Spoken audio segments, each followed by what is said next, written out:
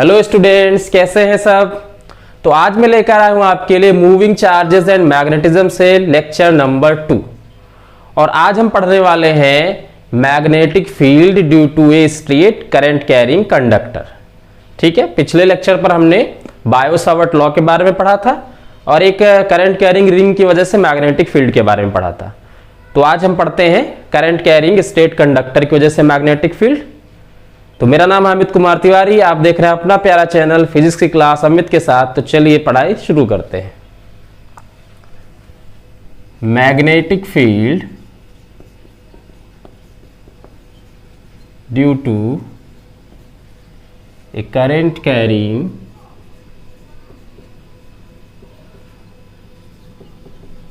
Straight conductor.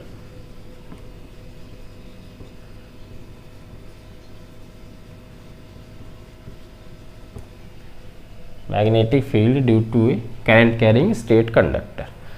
देखिए, आपने electrostatics में स्ट्रेट जो कंडक्टर है, चार्ज कंडक्टर, उसकी वजह से इलेक्ट्रिक फील्ड के लिए फॉर्मूला ड्राइव किया है। बिल्कुल उसी को ध्यान में रखते हुए अब हम मैग्नेटिक फील्ड के लिए फॉर्मूला ड्राइव करेंगे। ठीक है, तो मान लीजिए कि एक वायर है हमारे पास, एक कंडक्टर है स्ट्रेट करंट कैरिंग। इसमें करंट फ्लो हो रही है आई करंट फ्लो हो रही है। ये मान लेते हैं कोई एक्स वाई लेंथ है और यहां पर एक पॉइंट हमने कंसीडर किया P। इस P पॉइंट पर हमें मैग्नेटिक फील्ड चाहिए। तो देखिए, अगर हम राइट हैंड थंब रूल लगाएं तो जितनी भी एलिमेंट्स आएंगे उनकी सबकी वजह से मैग्नेटिक फील्ड नीचे की तरफ होगी। ठीक है ना। यहां पर तो ये मैग्नेटिक फील्ड जो है वो इनवर्ड डायरेक्शन में राइट हैंड रूल से यहां पर आएगी। मान लेते हैं कि इस वायर से ये जो स्ट्रेट डिस्टेंस है, परपेंडिकुलर डिस्टेंस है इसकी, ये है a। हम पहले क्या करेंगे, एक छोटा सा एलिमेंट कंसीडर करते हैं।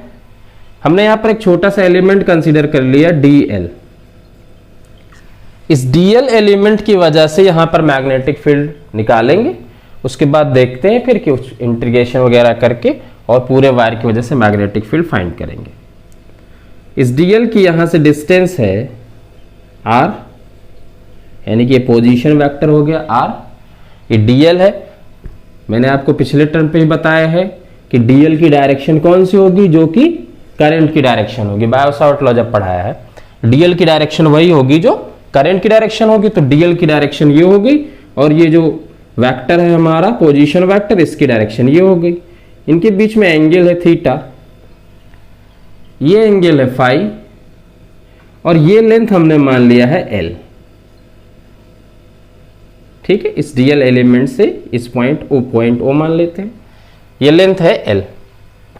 अब देखिए, अगर हम इस dl एलिमेंट की वजह से यहां पर मैग्नेटिक फील्ड के लिए फॉर्मूला लिखें, यानी कि using Biot Savart law, magnetic field due to element dl by using Biot Savart law.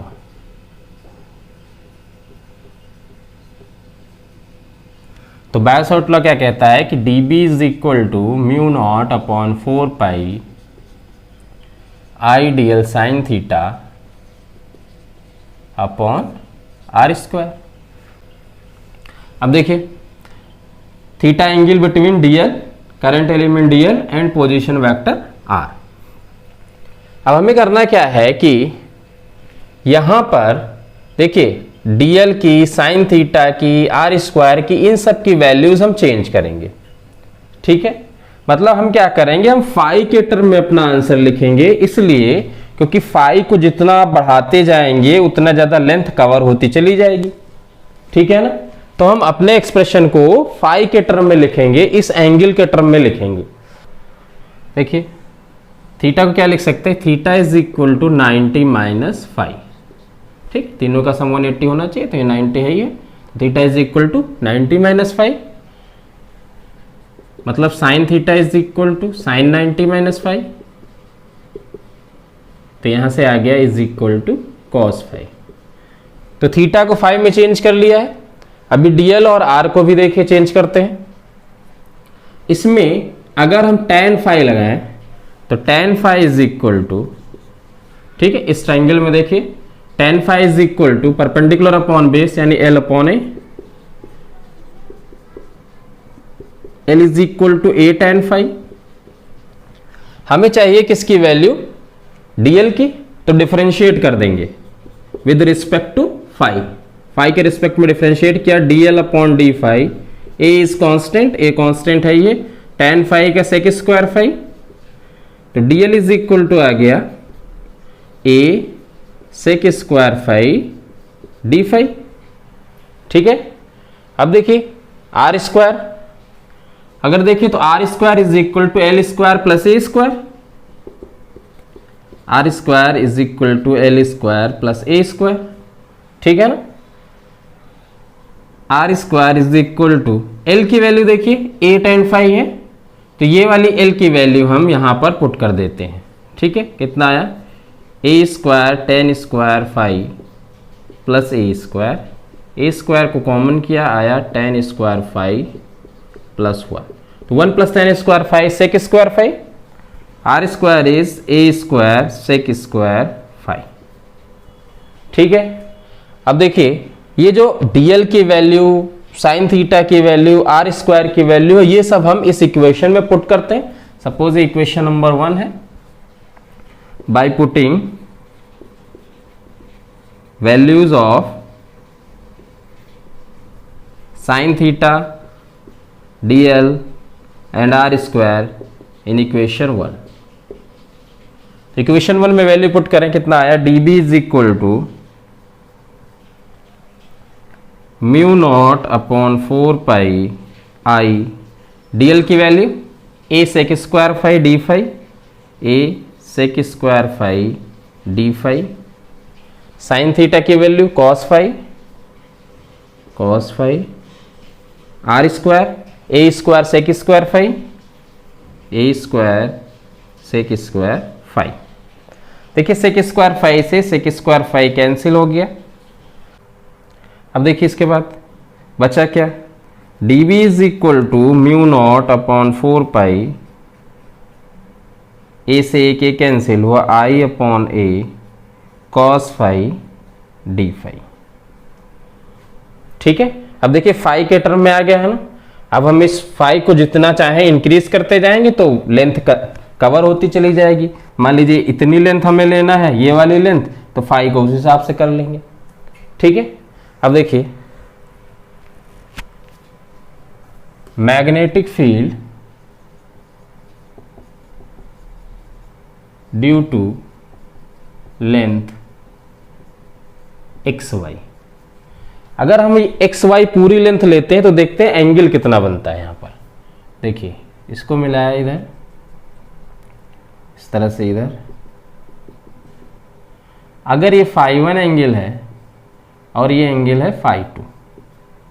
ठीक है ना, देखिए ये जो स्ट्रेट लाइन है, ये जो डिस्टेंस है, इसके ऊपर फाई 1 नीचे फाई 2, आप नीचे फाई 1 ऊपर फाई 2 मान ले, उससे कोई फर्क नहीं पड़ता। तो देखिए अगर हम लिमिट लगाएंगे अभी magnetic field due to length x Y लेंगे, तो क्या लिखेंगे हम, B is equal to D B is equal to limit, देखिए लिमिट फाई 2 नीचे है, फाई 1 ऊपर है, तो हम क्या लिखेंगे, माइनस फाई 2 टू फाई 1।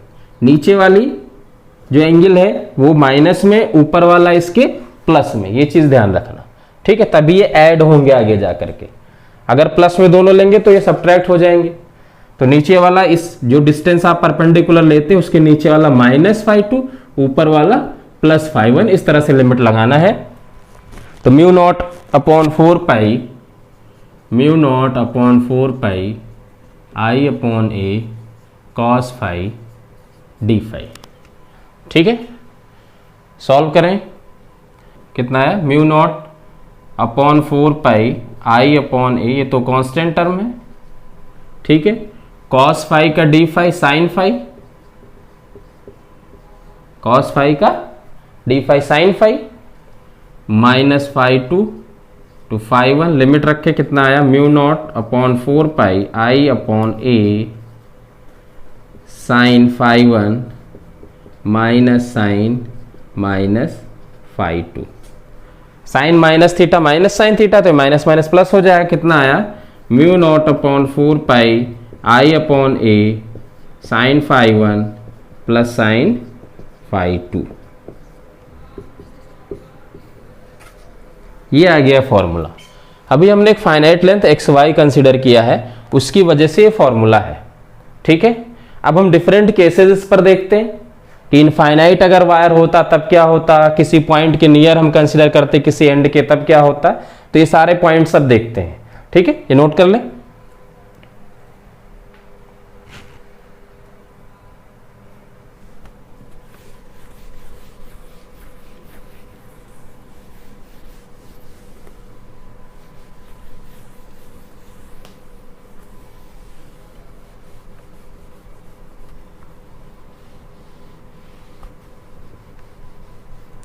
अब देखिए, पहला पॉइंट देखते हैं। For infinite length of wire, infinite length of wire, अगर ये वायर की लेंथ इनफाइनाइट है देन क्या होगा। देखिए फाई 1 फाई 2 चेंज होंगे। कैसे, इस लेंथ को जैसे मान लीजिए कि ये है, ये ए है, यहां पर आपने कहा ये फाई 1 है, ये फाई 1 है, ये फाई 2 है। अगर आप इसकी लेंथ बढ़ाओगे तो देखिए क्या होगा, फाई 1 फाई 2 की वैल्यू बढ़ेगी। लेंथ आपने इतनी कर दिया, फाई 1 फाई 2 बढ़ गए, लेंथ और बढ़ाइए, फाई 1 फाई 2 बढ़ गए। जब ये इनफाइनाइट वायर होगा तो ये वाला जो पोजीशन वेक्टर है, ये जो डिस्टेंस है, सॉरी ये जो डिस्टेंस है, ये कितने डिग्री का एंगल बनाएगी। भाई अगर आप ज्यादा लेंथ लेते हैं तो यहां पर क्या हुआ, ये एंगल बढ़ता चला जा रहा है। अब ये इनफाइनाइट पर हो गए तो ये दोनों कहां पर मिलेंगे, ये दोनों लाइनें कहां पर मिलेंगी, इनफाइनाइट पर अगर मिलेंगी तो क्या हो जाएगा, ये पैरेलल होनी चाहिए, क्योंकि पैरेलल लाइंस इनफाइनाइट पर मिलती है। मतलब ये एंगल मैक्सिमम कितना हो जाएगा, 90 डिग्री हो जाएगा। समझ में आ गई बात। अगर इस वायर की लेंथ इनफाइनाइट होगी तो ये फाई 1 फाई 2 एंगल क्या हो जाएंगे, 90 डिग्री हो जाएंगे, क्योंकि पैरेलल लाइंस इनफाइनाइट पर मिलती हैं। ठीक है ना, तो कितना हो जाएगा, phi 1 is equal to phi 2 is equal to pi by 2। Values put कर दें, b is equal to mu naught upon 4 pi I by a sine pi by 2 plus sine pi by 2। तो कितना आ गया, mu naught upon 4 pi I by a into 2 1 plus 1 2 2i by a. 2 से 2 cancel भी कर सकते हैं, बस म्यू नॉट अपॉन 4 पाई की वैल्यू हमें डायरेक्ट 10 टू द पावर -7 पता है तो ऐसे लिख देते हैं। समझ में आ गया। तो ये था इनफाइनाइट वायर की वजह से। ठीक है, अब मान लीजिए कि ये इनफाइनाइट वायर ही है और पॉइंट हम किसी एंड के नियर कंसीडर करते हैं। ठीक है ना, जैसे कि इनफाइनाइट वायर है लेकिन ये पॉइंट हम यहां पर ले जाएं। देखिए आप ये पॉइंट यहां पर ले जाओगे तो ये एंगल बना, ये एंगल बना। ठीक है ना, ये एंगल क्या होगा कि बढ़ता चला जाएगा और ये एंगल घटता चला जाएगा। जब पॉइंट आप यहां पर ले लोगे तो फाई 1 देखिए ये डिस्टेंस है, इस पॉइंट से कितना एंगल बना रही है, 0 डिग्री का। और फाई 2 कितना हो जाएगा, अगर इनफाइनाइट है तो 90 हो जाएगा। इनफाइनाइट लेंथ है तो 90 हो जाएगा ना। हमेशा आपको ध्यान रखना, अगर ये पॉइंट आप यहां पर ले गए तो देखिए हमने क्या किया, एक्स से पी के बीच में लाइन जो ड्रॉ की है वो एंगल लिया है, इसी तरह से वाई और पी के बीच में जो लाइन ड्रॉ की है वो एंगल लिया है। अगर आप ये पी पॉइंट यहां पर ले जाएंगे तो एक्स और पी के बीच में कोई एंगल रहेगा ही नहीं, यानी फाई 1 0 हो गया। और फाई 2 अगर इनफाइनाइट लेंथ है तो 90 ले लेंगे, और कोई लेंथ है तो जितना एंगल हो वो कंसिडर कर लेंगे। ठीक है, तो ये मान लेते पार्ट 1 था इनफाइनाइट लेंथ का। Second, if point P is near one and, ठीक है, किसी एंड के पास है, देन हम फाई 1 या phi 2 is equal to pi by 2 consider करेंगे। ठीक है भाई, अगर मान लीजिए कि पॉइंट यहां पर लिया तो जो फाई 2 है वो पाई बाई 2 हो जाएगा। अगर आपने पॉइंट यहां पर लिया तो फाई 1 पाई बाई 2 हो जाएगा। ठीक है, and second angle is equal to 0। अगर आपने φ1 को π/2 लिया है तो φ2 0 हो जाएगा, अगर आपने φ2 को π/2 लिया है तो φ1 0 हो जाएगा। तो कितना आ गया, b is equal to μ0 upon 4πi/a sine π/2 plus sine 0। तो साइन 0 की वैल्यू 0, π/2 की 1, यानी कि b इज इक्वल टू आ गया μ0 अपॉन 4πi/a। तो एंड की तरफ गए तो देखिए पहले से हाफ हो चुका है, यानी कि मिडिल में ही सबसे ज्यादा मैग्नेटिक फील्ड होगा। वायर कितना भी, लेंथ कितनी भी हो, अगर ये इनफाइनाइट है, अगर मिडिल में किसी पॉइंट को कंसीडर करेंगे इस मिडिल वाले पार्ट के सामने, तो वहां पर ही मैग्नेटिक फील्ड मैक्सिमम होगा। ठीक है, देखते हैं और केसेस देखते हैं इसके।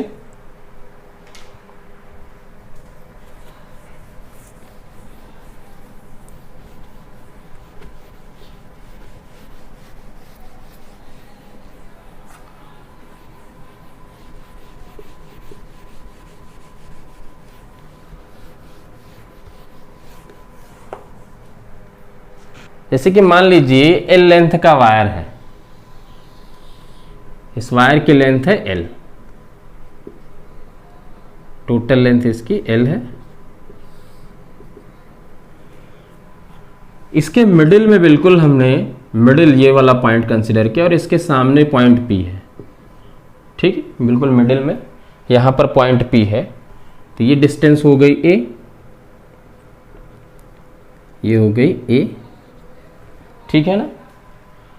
अब देखिए अगर मिडिल में लिया है तो ये एंगल φ1 और ये एंगल φ2 दोनों इक्वल होंगे।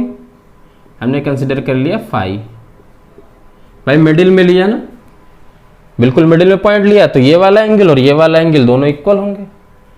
अब देखिए अगर हम मैग्नेटिक फील्ड लिखेंगे तो क्या आएगा, b equal to μ0 I 4πi/a sine φ1 प्लस साइन φ2, यानी कि sine phi plus sine phi. तो कितना आया, b is equal to μ0 upon 4πi/a 2 sine phi. ठीक है ना। अब साइन फाई की वैल्यू हम यहां से पुट कर देंगे 2i/a। साइन फाई की वैल्यू देखिए, ये लेंथ a है, अगर ये पूरी l है तो ये हो गई l/2, ये हो गई a square plus l/2 square hypotenuse. ठीक है ना। अब देखिए अगर इसमें से हम साइन फाई की वैल्यू निकालें, साइन फाई की value perpendicular upon hypotenuse means sine phi is equal to l/2 upon under root of a square plus l/2 square.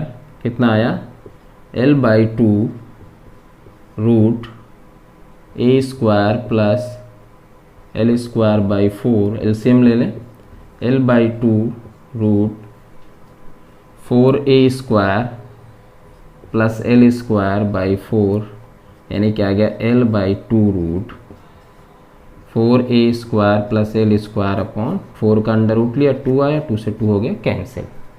तो कितना आ गया, ये l/, under root 4a square plus l square. मतलब हमें distance पता हो, करंट पता हो और वायर की लेंथ पता हो, तो उसके मिडिल में बिल्कुल हम फाइंड कर सकते हैं कितना मैग्नेटिक फील्ड होगा। डायरेक्शन वही राइट हैंड रूल से लेना, अगर इस डायरेक्शन में करंट है I तो यहां पर नीचे की तरफ मैग्नेटिक फील्ड होगा। ठीक है ना। अगर इस डायरेक्शन में है तो बाहर की तरफ हो जाएगा। तो इस तरह से हम मैग्नेटिक फील्ड फाइंड कर सकते हैं। अब कुछ न्यूमेरिकल्स देखते हैं, इस पर बेस्ड कुछ क्वेश्चंस करते हैं।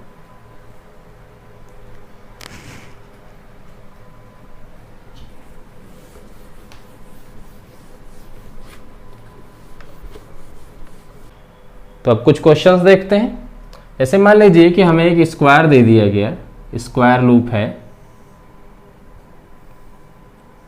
और इसमें करंट फ्लो हो रही है I। ठीक है। इसकी साइड है L, सभी साइड L L L है। अब हमें इसके सेंटर पर मैग्नेटिक फील्ड चाहिए। ठीक है ना। तो देखिए अगर आप तो सभी की डायरेक्शन जितने भी ये साइड हैं इनकी वजह से मैग्नेटिक फील्ड इनवर्ड डायरेक्शन में होगी सबकी वजह से, ठीक है ना। और सभी वायर की लेंथ एक जैसी, सभी वायर से परपेंडिकुलर डिस्टेंस एक जैसी होगी, तो हम क्या करें एक वायर की वजह से फाइंड कर लेते हैं और 4 से मल्टीप्लाई कर देते हैं। मान लो इस वाले साइड की वजह से हम यहां पर मैग्नेटिक फील्ड देखते हैं, तो देखिए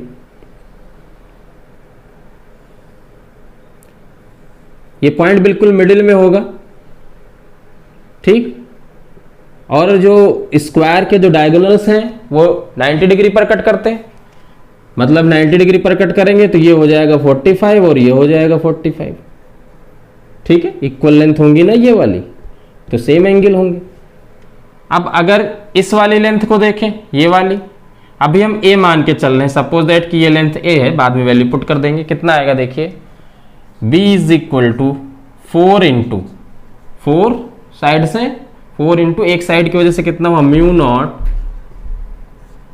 आई upon 4 pi a sine 45 plus sine 45 कितना आया mu naught upon 4 pi I by a 2 sine 45 और साइन 45 की वैल्यू 1/√2, ये कैंसिल हुआ, कितना आया 4√2 mu naught upon 4 pi I by a. अब देखिए ए की वैल्यू क्या हो जाएगी, ये एल है तो ये l/2 हो जाएगी, a is equal to l/2 put कर देते हैं। कितना आया 4√2 mu naught upon 4 pi I upon l/2, मतलब कितना आ गया 8√2 mu naught upon 4 pi I by L, ठीक है। तो इस तरह से एक square loop, current carrying square loop के सेंटर पर मैग्नेटिक फील्ड हम इस तरह से फाइंड कर सकते हैं। अब करंट की वैल्यूज दी हो, साइड दी हो, तो दोनों को वैल्यू पुट करके और न्यूमेरिकली सॉल्व करके मैग्नेटिक फील्ड फाइंड कर लेंगे। नेक्स्ट देखते हैं,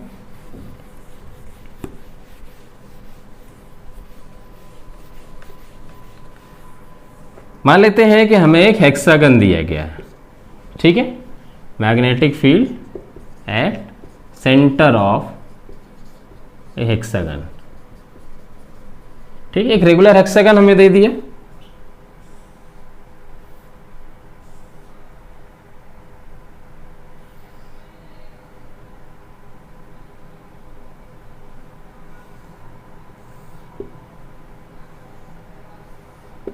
इस तरह से एक हेक्सागन दे दिया गया है, सभी साइड इक्वल हैं ऐसा मान के चलेंगे आप।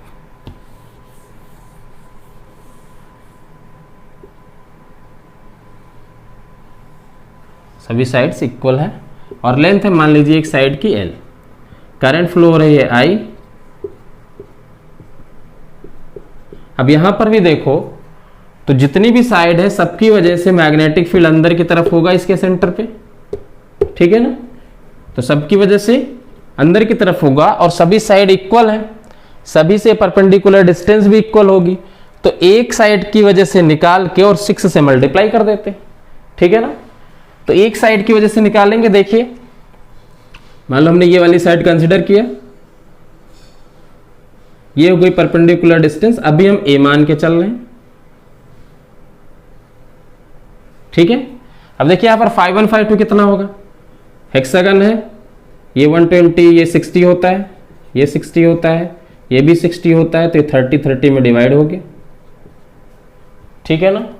तो देखिए कितना है मैग्नेटिक फील्ड 6 इंटू 6 साइड है mu naught upon 4 pi current है I by a sine 30 plus sine 30, कितना आया 6 into mu naught upon 4 pi I by a 1/2 प्लस 1/2 1 हो गया, ठीक है ना।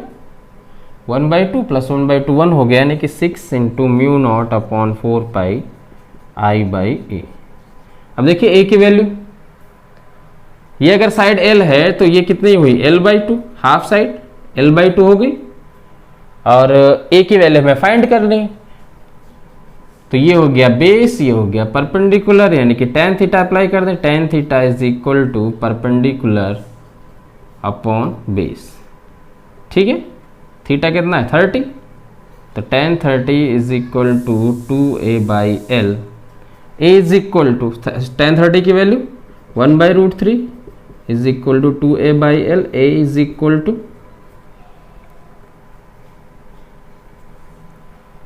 ये कितना आ गया l/2√3। ठीक है ना, a की वैल्यू यहां से फाइंड कर लिया, l/2√3 पुट कर देते हैं, कितना है 6 इंटू μ0/4π I/l 2√3। ये कितना हो गया 12√3 μ0/4π I/l। ठीक है, तो इस तरह से हेक्सागन के सेंटर पर ये मैग्नेटिक फील्ड आ गया। अब देखिए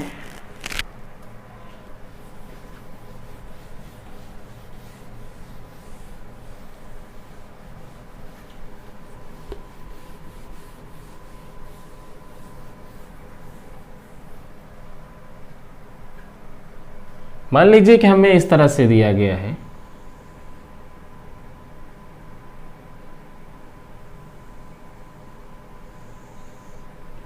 ठीक है, ऐसे दे दिया गया कंडक्टर।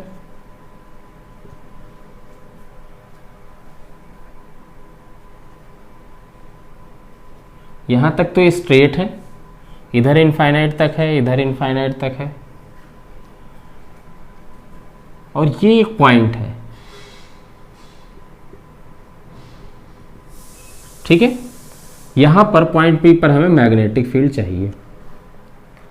तो देखिए इस कंडक्टर को हम 3 पार्ट में ब्रेक कर सकते हैं। पहला तो ये स्ट्रेट, दूसरा ये एक सेगमेंट सर्किल का, और तीसरा ये। ठीक है ना, तो अब देखिए पहले सेगमेंट की वजह से at any point, near A point है ना, नियर ए पॉइंट है, तो जब नियर ए पॉइंट हम कंसीडर करते थे तो इनफाइनाइट के लिए क्या आया था फॉर्मूला, अभी किया है ना, पहले की वजह से आया μ0/4π I/a। ठीक है, जब नियर ए पॉइंट कंसीडर किया तो इनफाइनाइट लेंथ है, इसके एंड के पॉइंट, एंड के पास कोई पॉइंट कंसीडर किया। अब देखिए सेकंड तो है सेगमेंट, सेगमेंट के लिए क्या है फॉर्मूला μ0I/4πa, ठीक है, इंटू थीटा। तो μ0I/4πa, थीटा कितना है यहां पर π/2। ठीक है, थर्ड वाले पोर्शन की वजह से देखते हैं, तो थर्ड वाला भी बिल्कुल ऐसे ही इनफाइनाइट लॉन्ग कंडक्टर है, किसके एंड के पॉइंट, एंड के नियर कोई पॉइंट है, तो B third is equal to μ0I/4πa। ठीक है, ये लेंथ ए, समझ में आया। अब देखो इसकी वजह से मैग्नेटिक फील्ड नीचे की तरफ आएगा, ठीक है ना, इसकी वजह से यहां पर देखिए मैग्नेटिक फील्ड नीचे की तरफ ही आएगा, इस वाले पार्ट की वजह से भी नीचे की तरफ आएगा। तो तीनों की वजह से नेट मैग्नेटिक फील्ड यहां पर ऐड कर दें, यानी कि नेट मैग्नेटिक फील्ड हो गया B1 + B2 + B3। कितना आया μ0/4π I/a plus μ0/4π I/a π/2 plus μ0/4π I/a। μ0/4π common कर लें, I/a कितना बचा 1 + π/2 + 1, μ0/4π I/a 2 + π/2। ये आ गया मैग्नेटिक फील्ड। आपको करंट दी हो और ए की वैल्यू दी हो तो हम फाइंड कर सकते हैं वैल्यू कितनी होगी। ठीक है,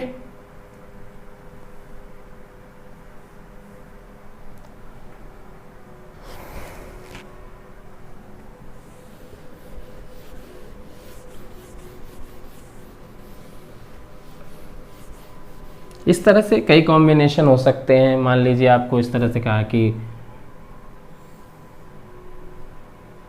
ये इस तरह से एक वायर है, ठीक है, एल लेंथ का वायर था और इसको इस तरह से 90 डिग्री पर हमने जो है मोड़ दिया है ऐसे, तो किसी भी पॉइंट पर मैग्नेटिक फील्ड आपसे पूछ सकते हैं, ठीक है ना। मान लो यहाँ पर सेंटर पर पूछा है, इससे इक्वल, तो इनकी वजह से फाइंड कर सकते हैं, ठीक है। यहाँ पर पूछ लें अगर, तो केवल इस वाले पार्ट की वजह से यहाँ मैग्नेटिक फील्ड होगा, इस वाले की वजह से नहीं होगा, ज़ीरो होगा इसकी वजह से, ठीक है। सब बायो-सावर्ट लॉ में भी हम देख चुके हैं। इस वाले वायर की वजह से यहाँ पर ज़ीरो होगा और इस वायर की वजह से यहाँ पर मैग्नेटिक फील्ड हम फाइंड कर लेंगे, ठीक है। फाइनाइट हो चाहे इनफाइनाइट हो, जैसे भी दिया हो। मान लो कि ये एल लेंथ का वायर होता और आई करंट फ्लो होती, तो ये लेंथ हो गई L/2 और ये हो गई L/2। इस पॉइंट पर हमें कंसीडर करना है, मैग्नेटिक फील्ड फाइंड करना है। ये यहाँ से ए डिस्टेंस पर है, ठीक है ना, ए डिस्टेंस पर है। तो देखिए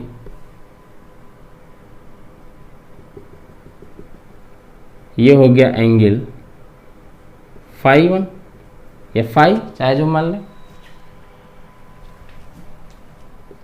अब इस पार्ट की वजह से तो यहां पर जीरो होगा, इस पार्ट की वजह से कितना होगा, देखिए इस पार्ट की वजह से हो जाएगा, ये मान लो फर्स्ट है, ये सेकेंड पार्ट है, फर्स्ट पार्ट की वजह से कितना हो जाएगा, देखिए φ1 एंगल है तो μ0 अपॉन 4 πI/a, ठीक है ना, इतना तो आएगा ही, साइन φ1 और साइन φ2 कितना होगा, वो तो जीरो होगा, ठीक है ना। तो कितना आ गया ये μ0 अपॉन 4 πI/a। साइन φ1 की वैल्यू चाहे तो फाइंड कर ले यहां से, देखिए sine φ1 is equal to perpendicular upon hypotenuse, यानी कि L/2 अपॉन ये आ गया a² plus L/2², L/2 upon a² plus L/2²। ये वैल्यू यहाँ पर पुट कर देंगे,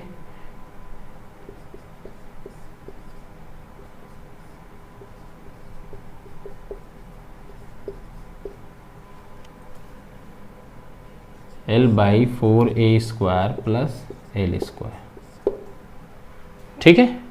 सेकेंड वाले की वजह से क्या हो जाएगा, जीरो हो जाएगा, तो नेट मैग्नेटिक फील्ड आ गया μ0 upon 4 πI/a L upon 4a² plus L², ठीक है। तो इस तरह से हमने कुछ क्वेश्चंस सॉल्व किए। अब हम नेक्स्ट टॉपिक में पढ़ेंगे एम्पियर सर्किटल लॉ, ठीक है। जैसे इलेक्ट्रोस्टैटिक्स में हम गॉस लॉ पढ़ चुके हैं, वैसे आप मान के चलिए मैग्नेटिज्म में एम्पियर सर्किटल लॉ का यूज होने वाला है, ठीक है। एक स्टेट कंडक्टर, चार्ज कंडक्टर की वजह से इलेक्ट्रिक फील्ड किसी पॉइंट पर, अगर हम कूलम्स लॉ से फाइंड करते हैं तो बहुत लेंदी होता है डेरिवेशन, लेकिन अगर हम गॉस लॉ से इनफाइनाइट लेंथ वाले वायर का फाइंड करते हैं तो बहुत आसानी से हो जाता है। ऐसे ही इस वायर के लिए, इनफाइनाइट लेंथ के वायर के लिए, अब हम एम्पियर सर्किटल लॉ से मैग्नेटिक फील्ड के लिए फॉर्मूला डिराइव करेंगे नेक्स्ट में। तो नेक्स्ट लेक्चर देखना ना भूलें।